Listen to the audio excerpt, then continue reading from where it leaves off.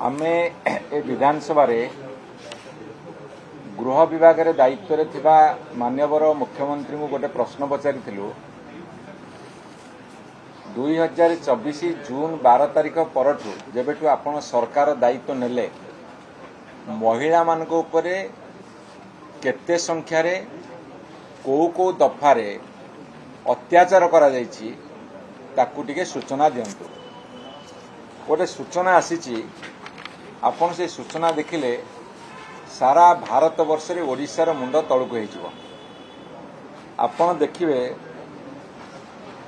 2024 जून मासरू ए 2025 जुलाई शेष पर्यंत ए 14 मास भितरे 37,611 अर्थात 38,000 महिला निर्यातन होइछि। सेथिरे बलात्कार अच्छी, रेप अच्छी, अटेम्प्ट टू रेप अच्छी, मोलेस्टेशन अच्छी एवं सेथिरे आपनकर किडनैपिंग बा अपहरण अच्छी, जो मानकर लापता, dowry suicide, dowry homicide, dowry torture, ता साथिरे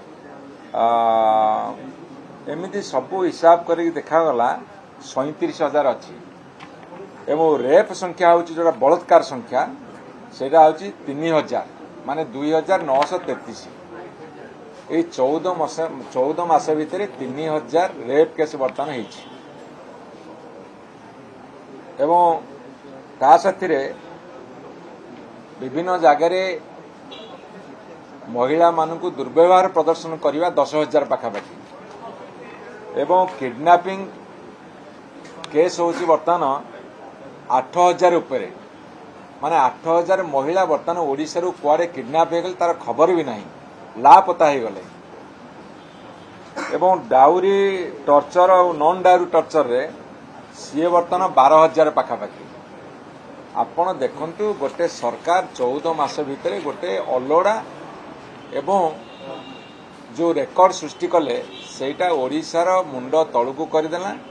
महिला माने असुरक्षित भाव में अच्छी, घरू गोड़ काढ़ी जावाकू तांको बर्तमान डर लगिलानी। तेणुकरी ए सरकार अपकर्म पई लज्जित होइछंती, तांको आमे निंदा करूचु, भर्त्सना करूचु। तुरंत ए सरकार पदक्षेप नियंतु, नहले चलई पारुनांती कही करी गादी छाड़ंतु।